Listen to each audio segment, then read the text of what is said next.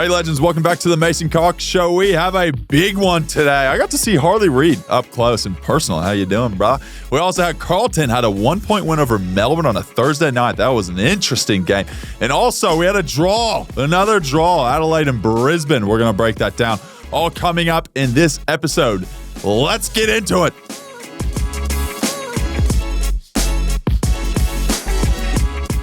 Okay, legends, we have a lot to cover in this episode, but without further ado, welcome, Brayden. Oh, g'day, Mace. Now, let's jump straight into the clangers because I have a doozy for you. We've got a few. There's been a bit going on out there. There's a few clangers out there, but as an athlete, professional athlete, as you are, we just throw it around sometimes, but as a professional athlete, you have a manager or two. You probably have one Got a couple, yep. Does your big contracts, your big 6-7 figure contracts. That's a clanger within itself. And then someone that looks after opportunities, going, we got this brand coming in, this brand coming in. Normally, that's all they do, right? Yes. Just bring in the brands, bring in a bit of extra cash. Happy days for everyone involved. Well, poor Matthias Philipou's manager has caused a little stir this week because he tweeted. Oh, gosh. Nothing ever good happens there. We don't tweet. Does he X or does he tweet? I'm not sure. I'm sticking with Twitter. Anyone that says X, they're sad. But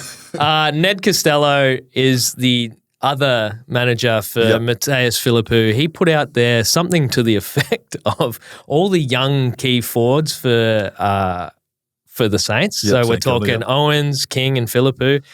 He reckons Ross Lyon is destroying them, which is he's gone like a soft quote. Soft comment. He's destroying them. So he tweeted from the couch. He said, Ross Lyon. The best ideas come from there. What's he done? He's destroying all these young forwards, one of which is his client. So I wouldn't be reading that as one of his clients too, going like, am I destroyed, am I? But so he's come out since then. He's deleted the account. Oh, that's good. Yeah, that's a sign you've definitely screwed up. He couldn't have done it any sooner. But he said when asked about it that it was just an emotional response from the couch. And I feel like we all have them at times. Yeah. You would have tweeted a couple of tweets that you wish you could have just reeled back in. No, I'm good. I'll stick to my words, Brayden. I'll stick to all my words. Nice. But I think the thing with this is, right, he's not the football manager. He's the extras manager. And I'm like, mate, the money's not coming from you. No. So try not to screw up his actual contract. Yeah. And just let you do your job and please do not comment about your clients. He's probably not the guy you want to try and get into the bad books of Ross Lyon. He's a pretty scary dude, even though he's a bit happier nowadays. But I'm giving the clang to Ned Costello. Just chill out a bit on the Twitter. But he's my clanger of the week. What's yours? There's a couple here. We'll start off with the first one now. Fremantle, Patrick Voss. Oh, big Vossy. Hey, Vossy would know this is coming because over the weekend, I thought he had kicked an absolute beauty by the way he celebrated. Gave the full fist pump into the air with a bit of gusto, and the umpire comes out with a one-finger pistol, and he's gone. I've gone a bit early on the celebration. And that, unfortunately, is a guaranteed shoe-in for Clanger of the week. I feel bad for him because it happened like 2 in a row. The camera angle looked like it went straight through the sticks. Yeah, I feel like if the broadcaster could show us a different camera angle so we could figure out what the hell happened.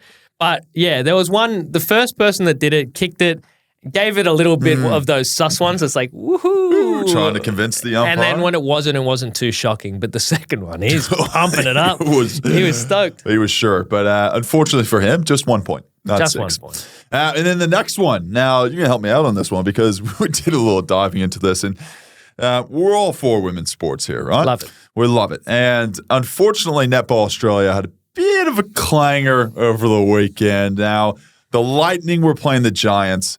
And at the end of the game, Lightning are going, we're up 71-70. Let's close the game out. Let's go into our stop play or whatever it is, right? We're going to win this game. The siren goes, and they're like, yep, we won. Yeah. Awesome. Great. Let's go into the next round, right? No clangers. That's happy days. Giants go, not so fast. Technically, we're tied. And Lightning are going, sorry, what? It's 71-70 on the scoreboard, though. They go, well, let's have a look at this. So the umpires go back, and they check it, and surely 70-70. They got to go back, go into overtime. Lightning end up losing the game after thinking they had it all sealed. And the clanger goes to the officiating and whoever the hell is running the scoreboard at netball. I don't think there's a lot of difference here. There's not a lot of math. It's either 2 points or 1 point. Yeah. Surely we can figure that out. And, it caused a bit of a stir over the weekend in Netball Australia. And it's been a bit of a rough go for them. Yeah. Had a bit of a rough year over there at Netball. We won't dive into it too much. It's been a rough history there. They haven't had the freshest run. It's an interesting one. But, tough loss for the Lightning, thinking they had it all wrapped up. And Giants come out with a dub. Yeah. It's just a calamity of errors because it was Lightning left. They were gone. They were down in the rooms chilling out. They're singing a storm. We won the game. They've picked the player of the match. They've done it all. They've all shut it down. The crowd's left. Like, all of that is going on. And then they have to come out. And over an hour after the game had finished, they're like, nah, let's get it going again. Yeah. Extra 5 minutes each way. Jeez. Like, imagine starting back up, cranking the old body back up after a big game, putting it all out there. So, last 30 seconds, they went into shutdown mode. Thought they'd saved the game. And, oh, man, it's rough. It's painful. It's a tough pill to swallow there. Sunshine Coast Lightning, but I wouldn't be having it. I'd be filthy. I don't know how you do it. I don't know if you put in a complaint or whatever it is or how it works. As we've seen, AFL had a bit of a whoopsie last year, and they were like, sorry, we cost Adelaide finals. Whoopsie. Yeah. Oh, well. But there's not much you can do. Once it's sealed, there's not much you can do. Well. Whatever. Anyway, enough of that. We'll get into the football. Get into the first game of the match. This one was a really good one. 1 point winner, Carlton over Melbourne, 77-76. Oh, what'd you see in this one? Well, as I thought with another Thursday night, it started off a bit slow and boring. And I was like, we're due another stinker here. It's going to be another stinker. But I feel like at least if they're close towards the end, you get a bit of something, get a bit of juice. And Carlton were up convincingly. They kicked the first 6 of the game. And it just looked like they were just run over the top of them. Just wipe them off the park. But Melbourne came home strong in the last, kicking 4 goals forward to 1-1. Huge. Bringing it down to the 1 point margin. Max gone. Kicked one for about 50. Yeah. Oh, I was tangling after seeing that. He's always good. He did the thing where he kind of runs around the man on the mark to get the extra juice. Mm-hmm. But it was really Petrarca that was, the only one that looked like he was going to just put him on his back and just carry him over the line. He went forward, 21 touches, 5 goals. Ooh, that's 5 goals. That's a bag for old Track. Chef Tracker? Yeah, Chef Tracker, you got to. That's the only way to do it. He's cooking. But he was amazing. Cripps had 35 and a goal. Walsh had 34 and a goal. So they were, I think big that's names. The scary part. So like when I see them, and normally like sometimes you see their forwards kicking big numbers, but the game's still close. Yeah, so it's like if you got Cripps and Walsh getting huge numbers and kicking goals and it's still that close, it's an interesting little conundrum. I don't know where that comes from. But, in the dying moments, it was down to a stoppage. Yep. Petrarca on the move. And Max Gawn did a deft little touch behind him and jumped out of the way. Petrarca came through, collected the ball, and then got tackled straight away. They were ready for him. It was kind of like they tapped it to the area where Carlton had set up. So obviously it looked like a set play. That didn't pan out. It didn't pan out. Petrarca done holding the ball. Now people have said that maybe Gawn should have gone the big hit out of congestion over into space. What would you have done in that circumstance? Oh, if you got someone like Petrarca in there, you're probably going to have them as the go-to. I think but then you got like Cripps and stuff too. So I think you're probably going to hit it to your go-to person and then try to get that quick kick forward. Unfortunately, it didn't pan out for him that way. Because if you do the big thump forward, like a lot of times defenses are there to, sweep it up and then kick it forward again. So that's usually where their numbers are if you're in defensive mode. So to thump it forward sometimes doesn't work out as well as, the intention. But I think hitting a Petrarca is probably the right thing. And over the top opens up the corridor, which allows you to maybe hit a open side kick. Is a possibility too. So I don't think that was the wrong call or the wrong decision, but sometimes it just doesn't pan out. You know? That's just part of footy. Like slightly different scenario, but at least, the They had a similar ground position to last week when Nick Daicos comes shooting through, got the ball, kicked the goal. Carlton was able to stop that. It didn't happen this week. Different player. Special player, special teams. Hey, shout out TikTok. But, yeah, it was good. Carlton needed to win that because they go up to Sydney this week versus the Swans at the SCG. So that's going to be a big one that we're looking forward to. Adam Chera, unfortunately, hamstring injury. Don't like to see that. And Carlton have a lot of soft tissue injuries. So it's another one to the list. Let's jump over to Geelong Port. You and I thought easy dub Geelong. Obviously, Port's a good team. At Geelong, but it's at Geelong. So we just thought they would get it done down there in Hawks' big record-equaling game.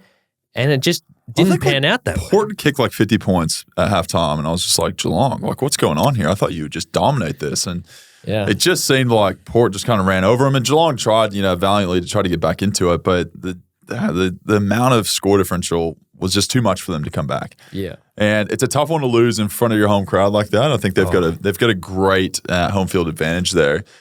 Very similar ground size to Adelaide Oval, though. Yeah. So if there's a team to kind of take them to the line, I feel like Port Adelaide's got that kind of experience playing on a skinnier ground that Geelong does provide at GMHBA also. That's so good football analysis by that was real insight for a guy that doesn't know what the hell he's talking about most of the time. But anyway, we had Kane Farrell kick 2 big range goals. You can't let him just stalk around the 50 because he's just got a booming kick on it. We got Rioli kicked 4 and 3 behinds, gave away a double 50-meter penalty, I feel like you get that. You don't want to see it, but if a guy's out there who's kicked 4 goals, 3, and he's carrying your team, you let it slide. One guy on the field can give away a double 50, it's him. It's probably him. It's good to see him up and about because he's one of those exciting players that just makes something out of nothing. Does the old Bobby Hill fake one way, fake the other, and then somehow snap over his head. Exciting. It's exciting stuff. Stengel kicked 4 also, and we've been on Tomahawk watch for about the last 6 weeks, I feel like. And he finally got one today, over the weekend. So the Tomahawk goal watch is over. He's got his goal. Hopefully he gets back into getting multiple goals per game because we love the Tomahawk up and about. Love Tomahawk. But he got to get rid of the jinx. Yeah, maybe is what we'll call it. Butters also had a big game, 34 disposals, 7 clearances and a goal. But I think this one was a bit of Port Adelaide just playing to its strengths. We had a lot of questions with a few outs with them over the past week, and they showed up and said, "Look, we are not hiding away from this." It was they had an answer every time because the crowd, as Geelong started to kick a couple of goals, like it only took a couple of goals for the crowd to get right back behind them. But every time they kicked a goal, Port had an answer. It was really, really impressive win. Like they just had an answer for everything. There was a couple of moments there. They made a big beat up about it, which is they being social media and media agencies. But there was one point where I swear Ken Hinkley was either asking someone on the bench, what was that? Like, what did you say? Oh. And then turned that into like an ear scratch. Oh. And they clipped it up and was like, Ken Hinkley telling the crowd. Let's go, Kenny!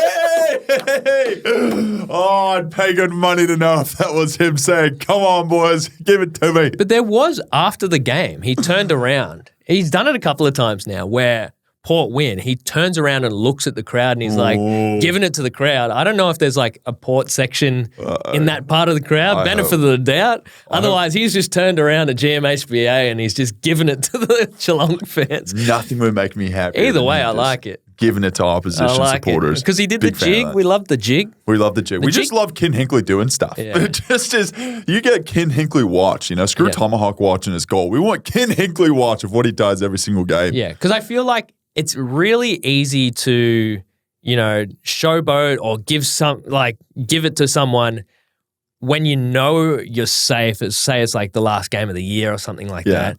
But Kenny does shit in the middle of the season when it can really blow up in his face. And when it does, it does. When it So there was that one where he did the 5-0 to the camera in the box. And obviously later, it doesn't really pan out. Spray to Dixon this year. I mean, he gives us storylines, which we love on this podcast. And nothing like crazy, but it's just a little bit of content, just a little bit of content. And he must be so battle hardened because like every year it was like Koshy's coming out saying he needs to get the sack. And guess who got the sack? Koshy got the sack, baby.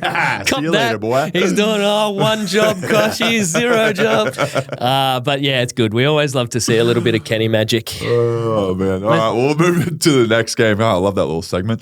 We had Freo versus Sydney. Now, going from a very fun little time to unfortunately the news over the week of Cam McCarthy, passing away. Very tough, especially he played for GWS and Fremantle throughout his career. Always hard to hear these stories come out. And to off the top, we will say this: Lifeline 131114. For anyone out there that's having any issues and needs someone to talk to, that's very important, I think. And it's tough with football. Fremantle obviously would have had a lot on their mind going into this game with what happened during the week, and it's not an easy thing to have to front up and just play football and do your job in that sense. It's an emotional time for them, I'm sure. It's a tough time for them to have to rally around each other and try to get through kind of the day. And had some touching tributes over there in Perth. And, unfortunately for this, as far as the football side of it goes, Fremantle was 39 versus Sydney had 87. So bit of a thumping over there too, and just added on to the tough week that was for Fremantle. Yeah, it was pretty courageous for the players to just show up. In the first place, you could visibly see like the effect that he had on them as a playing group. It was Alex Pearce, Nat Fyfe, both pre and post game. Pre-game, all the players lined up and they had a tribute to Cam before the game started, and you could see like tears running down their face and stuff. So like, it's always hard, and there's been a few circumstances like this over time. So hard to focus on footy because it puts it into perspective. So much more than football players, and then whenever this happens to a friend, and then they're also part of the football team. It's it does affect the group. It's not an easy thing to have to deal with, obviously, and and then rock up and try to play a game at full capacity is not to say that they didn't try their heart out, but like it is mentally, you wouldn't be 100% there, you can't 100% focus on it with all the distractions of, what happened during the week and thinking about the terrible news. And it wasn't like, they definitely showed up and gave really good effort. It was more their kicking at goal accuracy that kind of brought them undone. Jumping into the game itself, Sydney, again, excellent. They're just a powerhouse of a team. Haywood, again, 4 goals. I think he's kicked something like 14 goals or something in the past 3 weeks. It's like... That's not bad. Especially in his role. Like, you don't see players in that role. Like, they might bob up every so often, but he's now consistently turned that 1 to 2 goals a game into like 4 or 5 goals a game. It's pretty impressive. It's pretty wild what he's done. Sharp was great for Freo, especially late, but 28 touches, 2 goals, and Joel Amati kicked 2 for Sydney.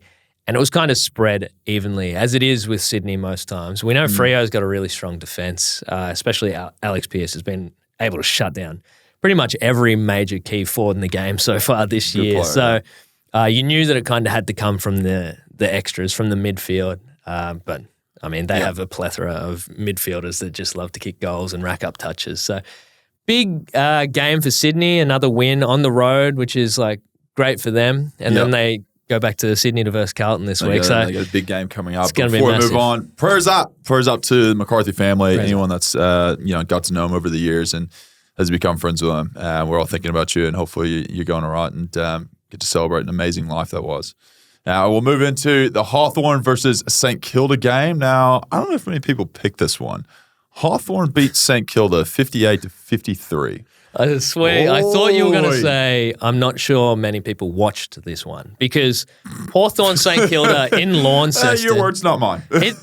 Look at that score, dude. 58-53. What's the Was it point? snowing down there in Tassie? I reckon it would have been more entertaining if they had just played Uno in the middle, in the center circle, and the winner of that gets to win the game. Because, you're paying money to go and watch that. I don't know what it was either. They all had like a medal around their neck after the game. Oh, mate, a participation trophy for like rocking up to that. They should have given medals to the crowd. Oh, okay. Well, yeah, okay. We're going to go into this post-game stuff, then we're going to get into the actual game, because there's also the Prime Minister decided to jump into the circle. Oh, I'm sorry, what? Bro. The Prime Minister is asking to jump into the circle and be like, nah, mate, not for you. You didn't put your life on the line, smashing into bodies left, right, and center. You sit behind, a desk all single day, acting as though you're running this country. And you're going to act like you're a big sports fan. Get out of here. I swear no chance you're getting in that circle. I've seen clips of Albo out there kicking the footy.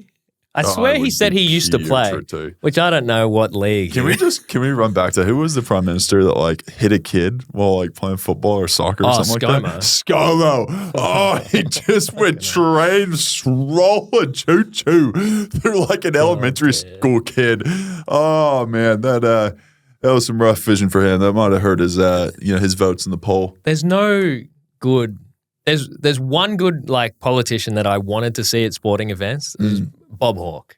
Oh yeah, so he could chug a beer. That's all we wanted to see. That was the best part. That was actually the thing that probably people could agree with most. Yeah, was that he was a legend. He was legit. I think Julia Gillard is a genuine Bulldogs fan, a real fan.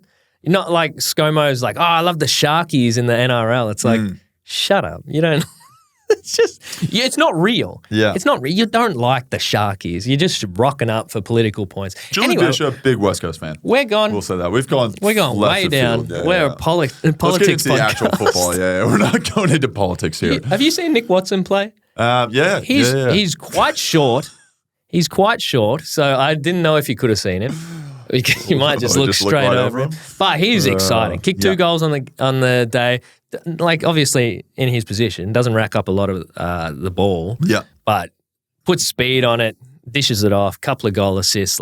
He's going to be so exciting for this Hawthorn team that's progressing really quickly. Yeah, player to watch. And then Jai Newcomb, we know it every week, but he got another 31. Max King managed to kick 2 goals. But Rowan Marshall, for a player in the losing team, these stats, 28 touches, 11 tackles, 35 hitouts, 12 clearances. Are you kidding me? The quadruple double. Got the quad dub. The quad dub. Casual Rowan Marshall. That's real Call of Duty spec. You got the quad dub. But yeah, they did point out. I watched that's absurd. I watched the thing on First Crack, and they were saying, "Oh, you watch for?" Geez. Yeah, okay, I love Kingy, Joe Montagna, and Hutto. Shout out! I'm sure they watch. Just stay quiet here. But they were saying that Marshall grabs it out, does the big high long bomb, and most of those, the 12 clearances, 10 were ineffective. Yeah. So, and it happened a few times. I think Kieran Briggs was taking it out of the ruck a lot and bombing it. Have you been given any guidance on that? Would you like to grab it out and you just can't? Here we go. Or you are a pure craft tap ruckman and you don't want to take it out? What do you think about big rucks that just pluck it out of the ruck and just bomb it forward? I don't think it's bad, but I think my personal experience of this with Jordan DeGoey that's rolling through there, you got Nick Daicos and Pindles and a few of those. Of the Jack Crisp, another one. Hypothetically, let's say you take it out of the ruck and you don't get it. Yeah. You're getting some feedback. Let's just say that. You're getting some feedback, mate. I'm open. I've done my due diligence to make sure that I've got off my man. Just get the damn ball to where you say you're going to put it. Yeah. And I think after a few sprays by the midfielders, I've learned my lesson of just get it to them. Your stat sheet's not going to be high, but just give it to the boys and let them do their thing. And then over the weekend, I had Nick Daicos gave me a spray because I gave a handball receive to Lucky Sullivan. He went by the other way. And I was like, mate, calm down. We're up by 40. It was Use so the funny. Use the users. Oh, like, come on, Mason, what are you doing? I was like, dude, just give him a touch. Someone else. No, that didn't sound rude. I said, give someone else a touch. Someone else a go. Yeah, Let's jump over to the Essendon GWS game because I want to say this and I want to be real clear on it. Yeah. I was really probably borderline disrespectful to Essendon preseason. I'm going to put my hand up, say, probably didn't see them being where they are. Yep. I don't think you're the only one. I thought the players they drafted in, few question marks about who they got. They traded for some good ones. Well, they're good players, but I just thought it was ahead of the time where they were at. So they've obviously assessed their premiership window very well, even though Brad Scott said it's an 8-year window or whatever weird phrasing he used.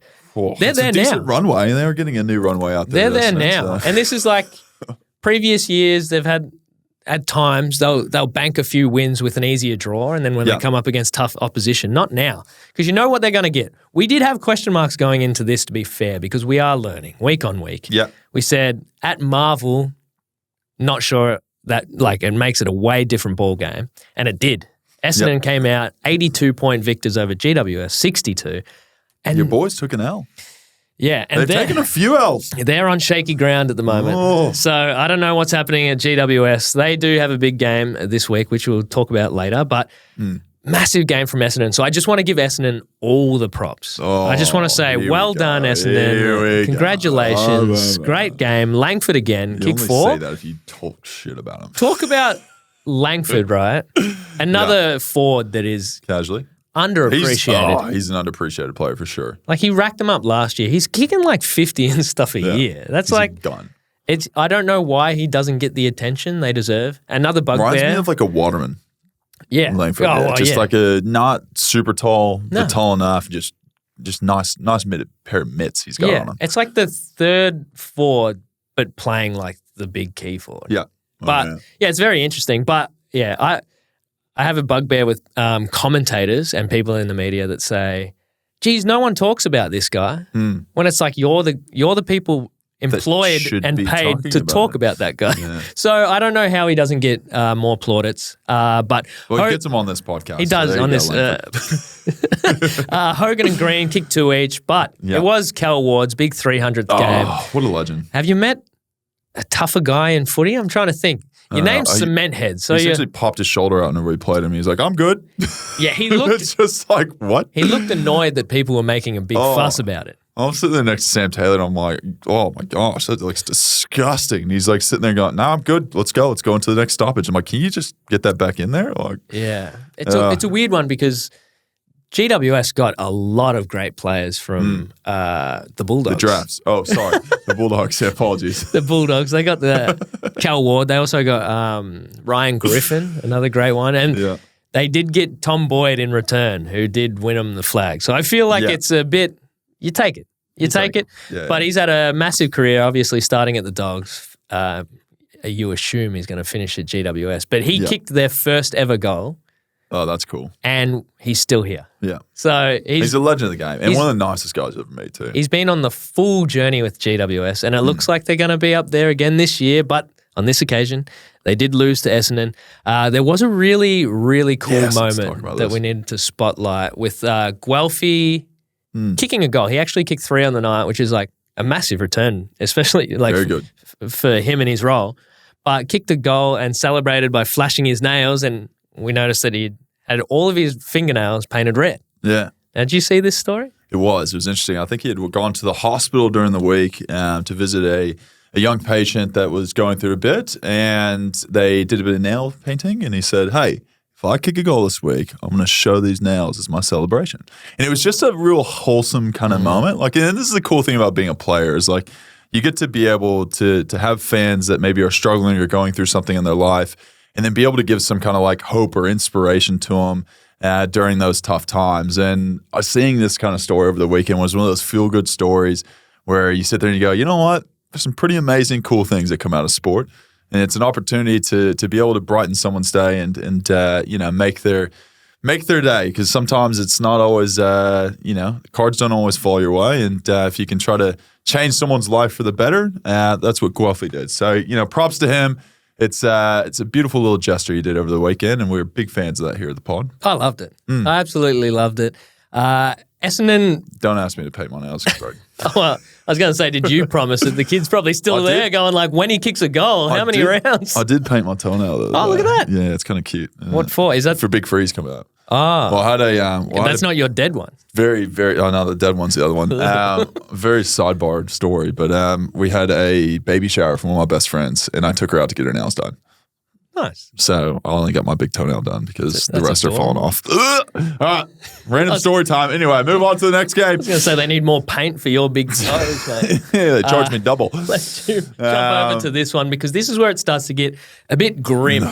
Because we're working our way through some of these games, and I'm starting to get concerned because we look at the bottom 3 teams on the ladder. North, you talk about Richmond, you talk about West Coast, and it's been a problem for a little bit, but now we're getting into dangerous territory because these teams are really starting to be non-competitive. Like they're getting scores below 50 on a consistent basis. So it's just a way for teams to fill up on their percentage. And if you're lucky enough to verse one of these teams twice, it has a massive impact on the way that the ladder is shaped. Yeah. There's always been that kind of issue, I guess, of like, and you never know exactly where a team's going to fall by the end of the year. But I think there's always, because you play certain teams twice and certain teams only once, there's always this bit of commentary around teams that have an easier schedule, you could say, at the end of the year, where they might play a team that's on the bottom of the ladder twice and they can kind of get that percentage boost. But for us, we've got the half game in there, so the percentage boost doesn't mean as much to us, which is an interesting idea. But let's jump into the game. Richmond 42 against Bulldogs 133, an absolute demolition. And it's not going to get any easier for Richmond because they had 3 injuries out of this game, with Banks coming in, and then now he's going to be out with concussion. Graham did his hammy, and Rioli had a bit of a sickening kind of leg injury, and we'll wait to see how long he's out. Tough little run. They're having a bit of a West Coast of last year, aren't they? Yeah. That's what they're having at the moment. And very true. Yeah, the wild thing is, Western Bulldogs under the pump last week. Media on them again. Yeah. This is a typical thing. They lose a game, media's on them. Next week, demolish someone. Media's like, they're fine. They're all good. Because their percentage is huge. Yes. As they sit. I think they're in 120-odd percentage, sitting outside the 8. But, yeah, it's going to be interesting. I feel like the media's held off them this week. They'll be back on. They haven't said like, oh, no, they're back or whatever, because they have GWS next week up in Sydney. Yeah. So I feel like they're just holding fire. It's a bit of a ceasefire, and they're putting one back in the chamber because, Richmond, they just don't have the players out on the park at the moment to be competitive. Norton, Nutt, James Harms, and Darcy all kicked 4. Bontempelli again, 32, 10 clearances and a goal. Adam Treloar, who doesn't get the plaudits he deserves, 41 disposals, 7 marks, 5 tackles, and a goal of the year contender from the pocket. Insane. Good celebration too. On his back, hands up. He looked shocked. So he looked as shocked. I would be amazed if he was going for goal there. I like. Because if you're going for goal there, a little selfish. I'm not gonna say it's not. I'm sure he probably admitted too. But if you go for goal, that angle, falling down on the side, but just as a tall key forward. If you missed that one, I'm giving you a spray for not putting it at the top of the square. He looked very shocked. So, but it went in, and it looked good because he kicked it. It went in. Now, Libba missed this game. I'm really concerned for Libba. I hope he's okay with all of his concussion injuries. But we will say Ed Richards, shout out. Yes. He's moved into the middle, 34 touches, 10 tackles, 7 clearances. So we all know how good Libba is at getting the ball out of there, but it's great that Ed Richards has really stood up in a new role, and he's in a new role, and he's just doing really good things. So that's awesome. Vandermeer for the Bulldogs had a shin injury, so we'll watch that one. But yeah, it's a real ceasefire on Western Bulldogs this week. We'll see how they go. If they win versus GWS next week, it'd be a big dub for them. Big dub. Big dub. Yeah. Now, we're over to your boys. Gold Coast Suns, 120 to North Melbourne, 52. Choo-choo, the trains are coming through. 120 to 52. My boys are back. You know what it is? We need to just move up to the Darwin. We need to move up to TIO. Yeah. TIO, right? Yeah. I thought you were going to say it was Dimmer's shorts. Oh, well, there's something about, it's Gold Coast weather up there. Yeah. Up there in Darwin. But they did have a 12-goal second half for the Gold Coast, which that definitely helps. No doubt about that. I'll let you do the math on that one. But Ben King also kicked 3. Jed Walter kicked 2. He's going to be a superstar, this fella. Yeah, he's really going exciting. pretty well. For a guy so he's obviously still very young. Yeah. But he's huge. I don't know how kids are getting this big. Like they're coming in at like 6'6", and they're midfielders and stuff. Just casually. He's going to be a big key forward for him. So they're going to have a really strong duo up there. But I think the best thing about watching him, the funnest part of his game, is him after the ball hits the ground. Yeah. So you'd think big key forward, clunking it, going back, kicking long goals or whatever. But he's ferocious. He like chase and tackles these players coming out of their defensive 50. And it's so fun to watch. His follow-up is like crazy. He gets goals as a result of it. Yeah. So it's almost like he's playing a small forward, but he's a huge unit. So it's going to be awesome exciting to see him and the just the rest of the academy players they have coming through that Dimmer gets to have, fun with. Because he deserves them. Because he deserves Our boys deserve them. Took Miller, Tuk, 29 touches and a goal. And another good story, Lloyd Johnston kicked his first goal in his third game, but he's from the Northern Territory, so he had 30 family and friends in the crowd watching him. So a lot of change room passes. Oh, you're going to have to pick and choose who's coming into the rooms after the game, that's how's for sure. the Northern Territory change room set up? I have never been there, but actually I have been there. I have no idea what the change room setup would be there. No. I can't imagine that. Usually at like away games, you get even less. So there might be like a max of like 60. Yeah. So if you're asking for half the change room passes, look, for a hometown kid though, like, from the area, I'm like sure I think, other people aren't using theirs. yeah, I'm like, come on, surely you just get everyone, puts it into a pool and gives them to them. Let's jump over to Adelaide versus Brisbane because this was exciting, but like again, you're left with that hollow feeling after the game. It was made a good point because when you're watching at home on the TV, you go, "Oh, wow, draw, that's exciting." Yeah, and then you kind of go and start cooking dinner. But when you're at the game, everyone is just like, "Well, what do we do now? What the hell?" Like, there's no song play, there's no up, you just kind of nothing, and you kind of just get on the train and go home, or you like get back into your car.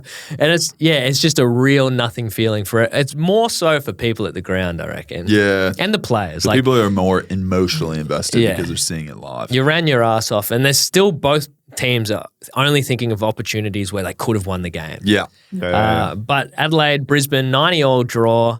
The Fog. Foggy. He came out, had an absolute blinder of a game, kicked 4 goals, and then one too. Yeah, one from the boundary, and he just kicks dead straight. Yeah, teach me. Like arrow straight. Well, you used to. You know what they used to. They still say it every time you have a set shot. They're like, "Oh, this is a really strong part of his game," and then it misses, and it's like, "Oh." They need to stop talking about it. It's the freaking commentators' I think curse. the Moz has gotten even worse this year across the board. Really? With like Fox footy commentators especially. I feel like they're trying to do it. They know what they're doing, and they're just, he's kicked 12 goals, 1 for the season. He put it in the book. You're like, shut up. 12 goals, 2 now. Shut up. We need goals, and it's a real thing. The Moz is a real thing. Wait, attention, everyone. This is big news. This is big news. Big Riley O'Brien has wheeled out the Plumber. Let's go. How many? Count them up. Count them up. Jeez, that could really get the...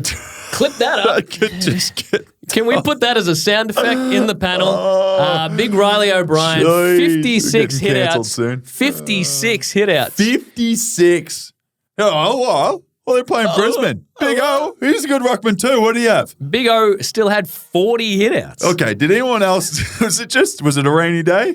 No rain at all. This game makes no sense. I think there's like 56 like stoppages in a game for us usually, much less 96 during the whole, like between the two of them. And they had a couple like big Joey Digos in there and pitch hits and it's like not like all that only stuff. That is insane. That's a lot of stoppages. A lot of pressure, big high volume tackle game.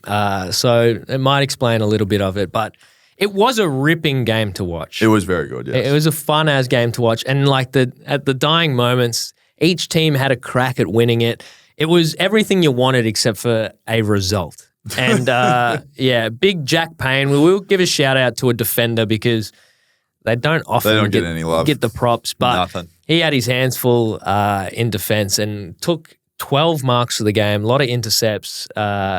Some of his kicks maybe dish off the runaround handball, but we don't look. 12 marks, that's what we're focusing on. But Jordan Dawson, big fella, the skip, just running through, carried him in the last quarter. A lot of players were quiet until the last quarter. Like Lachie Neale was down on possessions. Matt Crouch was down on possessions, and they all ended up racking it up in the last quarter because it was ping-ponging around in there, back and forth, all last quarter. But Jordan Dawson, 800 metres gained. That's a lot of metres. 2 goal assists, 27 touches. But there was a moment that he acknowledged in the post-game interview that he had where he was just really down on himself because he had a shot to win the game and it faded late and went through for a behind, leveled up the scores, and that was all she wrote. There was an interesting coaching move at halftime. You know, if something's not going your way, you might roll the dice. Well, they made their tactical sub at halftime to say, let's get more speed in this bitch. And unfortunately, after they made the sub about 2 minutes into the third quarter, as happens, Worrell injured his wrist. Murphy's Law. And got carted straight down the race with his arm slinged in his jumper. So you know it's not a good one.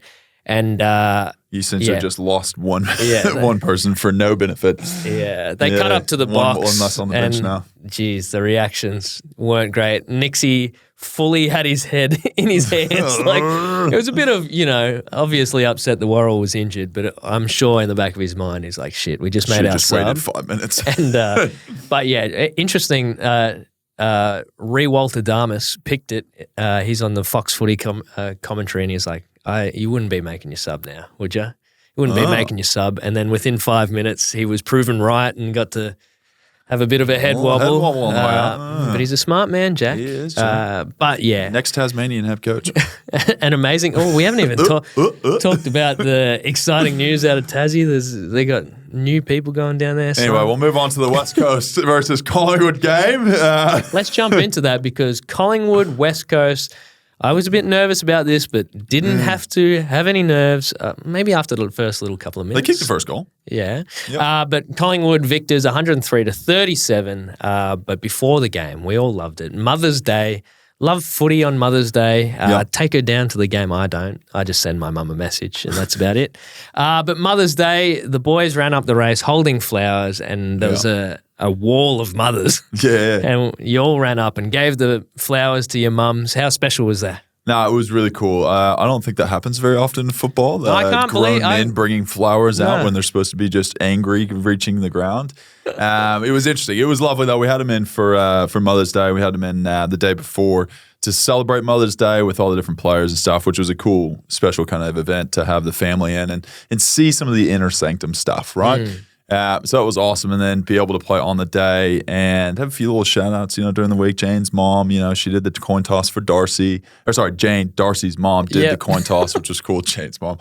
And yeah, there was just like little things that kind of came out throughout the week. Brayden Maynard's mom did the video Donna, announcement? Oh, she's so good. Oh, she's so funny. She's an entertainer, that's for sure. Can I say, I feel like Pendle's mum and Brayden's mum look very similar.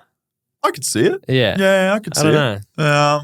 Not too sure. That's just something I picked up across the. We'll let the people be the decider of that one. But Donna, one of my favorites for sure. She is the media darling, I think, of the mothers. Is that where Brayden Maynard gets all his spunk? His charisma, his riz? Yeah, I think so. I think he gets his riz from his mom. Yeah. His riz from his mom. All right, let's get to the game.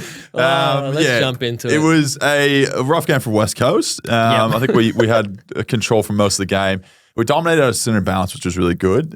Good signs there. And there's a goal by Nick, I want to say, just bang 1-2-1-2, bang, and then hits one from like 55. And I think that was the moment where it just kind of teetered real heavy one way and the momentum just fell our way. We had quite a few goal kickers. We had Joey Richard kicks his first goal, debuting. Also had Jack Bartel also debuted on the day. Unfortunate for him, he went out with concussion, so didn't finish the game. But Joey Richard did kick his first goal, which was quite fun. Always an enjoyable moment to have a first gamer kick his first goal in the AFL. Had 2 shots at it, and then the third one he got in. So we're all stoked with that.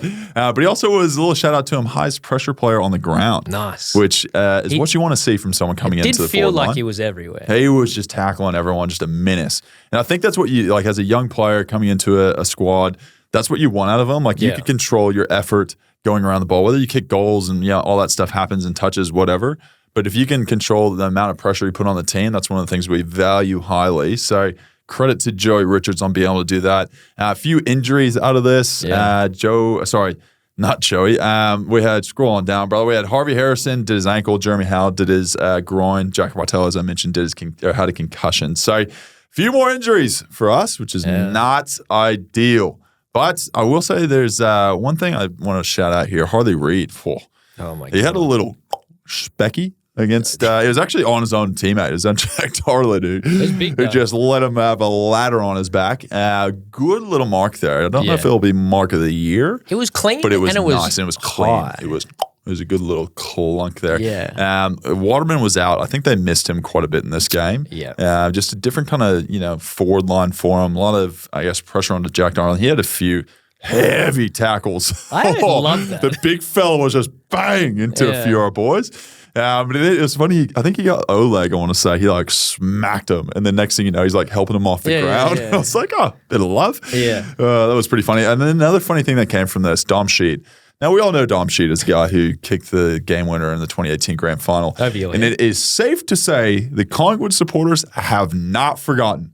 They booed him the whole day. Anytime he got the ball, just a straight boo.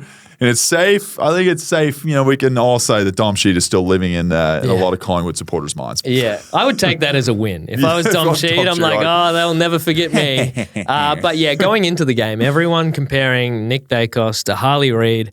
Yeah. And it was kind of just watching what they were doing throughout the game. Nick Daicos off to a flying start, was racking them up. You know you're on when you kick it and the rebound comes back to you and then you run on and kick your own goal with all your own disposals. So it was, I don't feel like it's fair to compare two players that are in completely different molds. Yeah. And I feel like the comparison only draws negativity because it's only one can be good and the other isn't good. But watching the game, man, Reid was so impressive and he just kept at it, kept going at it. There was one moment you took a mark and you kind of bounced together. And I was like, geez, is he a big boy in person? Usually if you take the mark and I'm a big fella and you're running through, he gave me a little bump. I was like, oh, he's solid, man. I should feel those pipes real quick. You think about his age. If you was 19, I'm like, you shouldn't be this solid. You should have another year or two of getting in the gym before you're this big, bro. Well, you think about if you ran out and you accidentally bumped into Joey Richards. He's a bit. Oh, I'll give him a little love. He's a little. Just, loved him. A little nippy guy. But you just sometimes you look at, I think of Jed Walters from Gold Coast and you're like, some of these kids are coming in just massive and it's scary. Wild. You must shift some tin in the gym, I reckon. I'm sure you still have him covered. But yeah, it was a very interesting game. It was good to just put it at ease and kind of know that Collingwood was going to get the job done.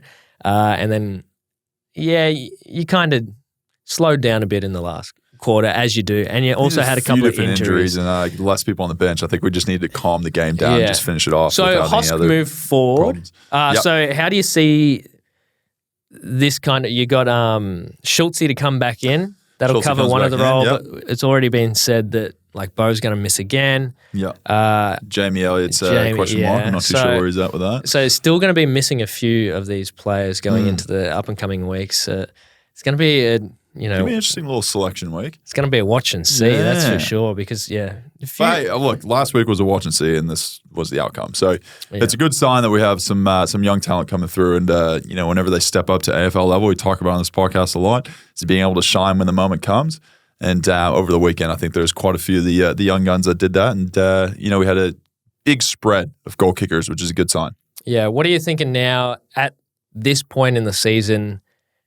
Happier where it's all trending? Because slow. It was panic stations, apparently, according to the media, come round 3. How'd you turn your pressure around? Because obviously the pressure's gone through the roof. First, I think 3 rounds, you were 12th for pressure. Next 5 rounds, which you've clearly improved the win-loss. Yeah. Number 1 in terms of pressure. So great statistic about you. How'd you spark that? It's a mindset thing a bit, I think. And we do a bit more training stuff. And, whenever you put it as a focus and show the clips and stuff, it's like, you know what to do. It's just not really being able to, we're all able to, but it's putting it as a focus. And whenever you put it as a focus is one of the things, that makes us such a good team. That's whenever I think we kind of started really honing in on that and celebrating that, as not only in meetings, but out on the ground and stuff like that. There was little tweaks that we made to focus on the positives of what we can do from a pressure standpoint. And I think that's what we did to turn around. Geez, Pendles was good too, wasn't he? Oh, yeah. Old dog. What a little back line. He had a mock in the back line. I'm sitting on the bench and go, oi, look at Jay taking mocks in the back line. He's like, racking oh, up no, I touches. was a bit scared. He's going for 20,000, I think. We had Steele playing back line too. The old fella's getting into the back line. Yeah. I did hear that he had a bit of a change of role. So He played really well there too. yeah, it's interesting. Watch and see. Who I knows? think that's what I always say it, and it's a very basic old guy thing to say, but pressure. It all comes back to pressure, and young kids can come in and they can bring pressure. They might not have the skill of Scott Pendlebury that's 400 games in. Why'd you point to me whenever you said that? Just trying to remember his name. You looked at me like a Scott Pendlebury, not you, dude. Anyway, that's all we've got. That is it. That is it from the Footy for the Round. Thank you so much for listening in, you absolute legends. Appreciate it. Oh, we do have to say another prayers up. What's that? Because Corey Homicide Williams, Oh, yes. Yeah. big friend of the pod, came on, Yep. but I had him through the studio a couple of times, met him, was lucky enough to meet and work with him on ESPN at NBL Overtime, and just an incredible bloke. Just an amazing bloke, lit up the room. Great energy. Filled you with confidence. Yes. And just this. Great hype man. Yeah, great hype man. It's so sad. I was so shocked by it. His mindset was on another level. It was amazing to have him in. And that podcast was one of the longest we've ever done. Just because he was so willing to give stories and entertainment in the way he spoke and the way he, was able to conduct himself. And yeah, it was tough. It was tough to hear that. I know he's he was going through a battle with cancer for a while, and it's a tough thing, man. He was one of those people though that, if there was any person that was going to try his hardest and try to fight through this thing, he was going to be the best chance of doing it. So unfortunate news that he's passed over the over the week, and we want to say a big shout out to his family. Prayers up to y'all, and hopefully you're okay. And celebrating an incredible life that he lived, moving from America over here, playing basketball, and being successful at that, and then making it in the media here. He changed, I think, the NBL for the better, and anyone that's been involved with him over the years always has something amazing to say. So, shout out to him and his family. Hopefully, y'all are all right. And we appreciated his time whenever he was on the podcast and had an amazing chat. They actually had I think Illawarra had beaten the NBA team, and he was freaking out after he got out of the van. Oh, it was such a funny thing. I remember I drove him home and he was just on his phone, losing it. And I was like, this guy just loves what he does. And I think he obviously had so much more to give, but what he gave in the time that he was here it's incredible. Was more than most by a long stretch. So, prayers up to Homicide and his family, and sad. Yeah, but that's it from us today. Thank you so much for listening in. Check out, we also have another podcast coming out for, Thursday. Thursday, our preview. We're going to do some footy questions and fan questions. Talk about the dating lifestyle, and Taylor Swift is back. Hey. Well, for the ladies out there, and who knows, maybe some of the guys. But that is it from us today. Thank you so much for listening, and we'll just tune in later this week. See ya.